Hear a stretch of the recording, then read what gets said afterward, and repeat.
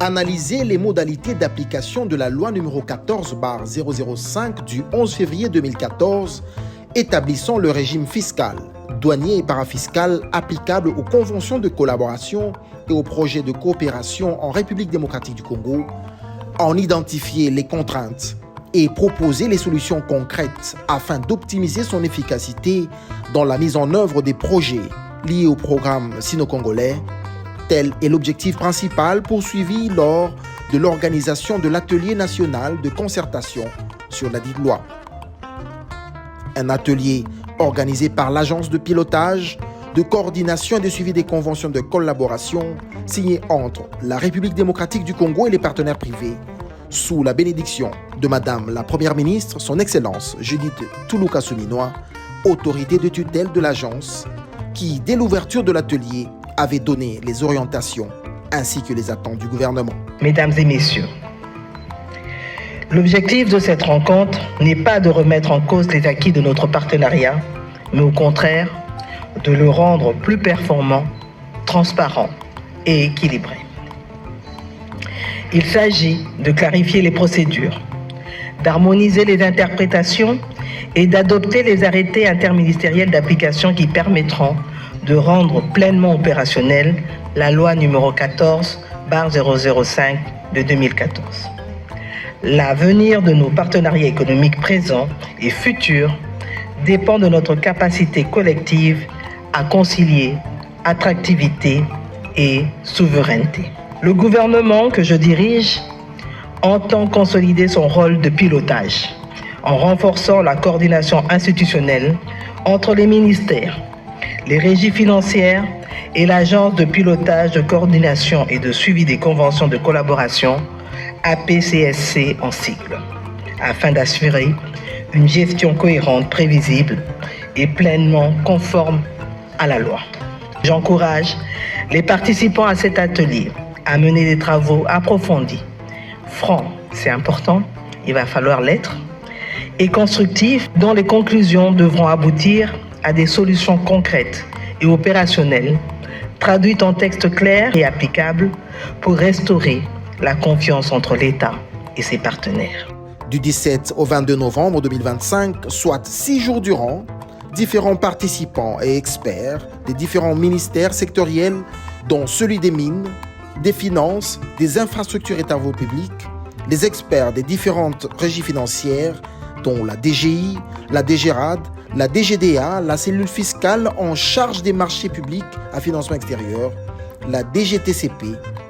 ainsi que ceux de la primature, de la présidence de la République avec la cellule de climat des affaires et l'inspection générale des finances, ainsi que les experts de la SICOMINE, se sont penchés sur les différents problèmes et difficultés identifiés dans l'opérationnalisation de la convention sino-congolaise signée le 22 avril 2008 entre le gouvernement congolais et le groupement des entreprises chinoises et l'avenant numéro 5, fruit de longues négociations sur recommandation du président de la République, son Excellence Félix Antoine Tshisekedi Tshilombo, en vue de faire bénéficier réellement à la population congolaise des fruits des valeurs de ces ressources naturelles. 2 grandes commissions ont été constituées pour ce faire. Il s'agit de la commission fiscalité et parafiscalité, ainsi que la commission juridique et politique. Les divergences des vues dans l'interprétation de certaines dispositions légales, conventionnelles et réglementaires, les saisies récurrentes des comptes des partenaires à la suite des taxations relatives à l'activation des actes faisant l'objet d'interprétations divergentes, la faible implication de l'État congolais face à la mise en œuvre de la convention de collaboration, particulièrement de ses engagements,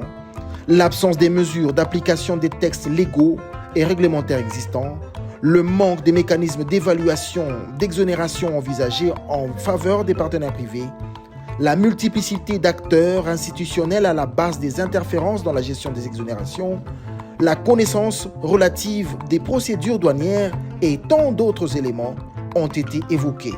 dans les différents ateliers, quelquefois avec des débats houleux. À l'issue des travaux en plénière, plusieurs résolutions seront présentées à l'autorité de tutelle. Ce rapport final met en évidence le besoin de renforcer et consolider la cohérence juridique entre les parties prenantes, la nécessité du respect du rôle dévolu à l'APCC, celui de pilotage, de coordination et de suivi de conventions de collaboration et ou projets de coopération conformément aux dispositions légales en la matière. L'urgence d'optimiser le passerelle d'opportunités qu'offre ces modes de convention et de financement innovants envisagés comme stratégie basée sur le partenariat public-privé destiné à doter le pays d'infrastructures de base visant à améliorer le bien-être de la population. Et l'importance pour le gouvernement de la RDC de concilier à la fois souveraineté et l'élan investisseur en vue de réaliser l'incorporation par anticipation dans les finances de revenus provenant de l'exploitation future des ressources naturelles. Pour concrétiser cette aspiration, les experts délégués par les structures concernées ont déployé un travail approfondi,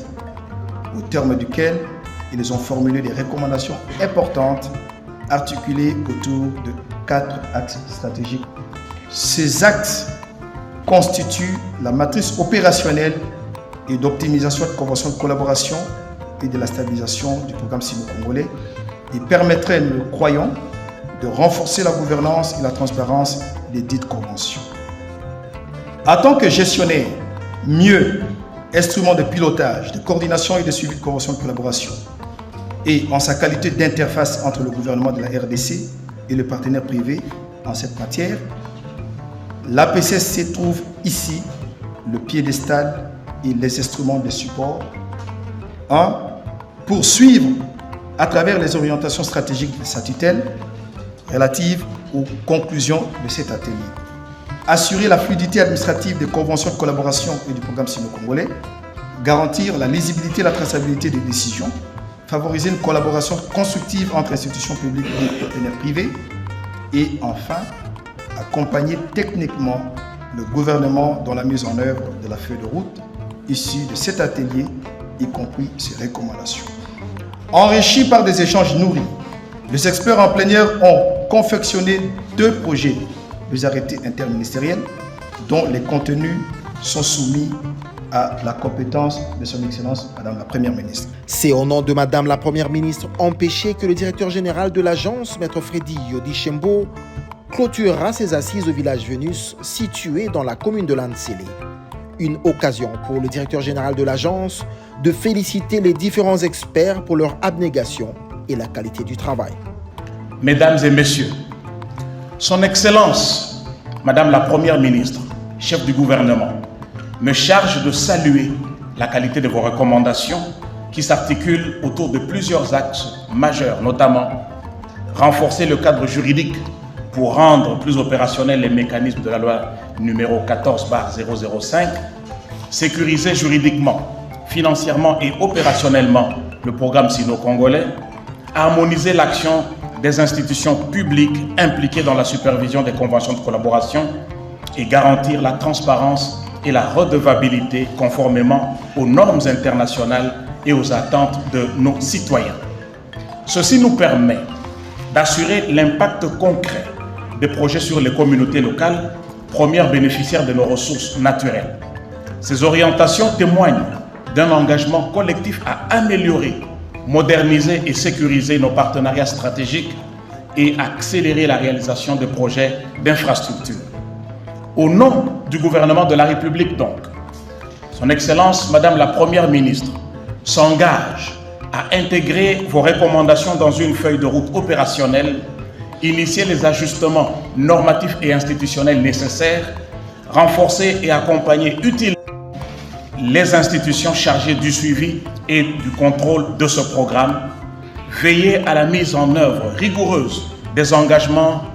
de toutes les parties dans le programme sino-congolais et garantir une communication régulière, transparente et fluide dans la réalisation des projets issus de ce programme. Le gouvernement de la République, sous sa conduite, souhaite favoriser un environnement où il maîtrise ses ressources,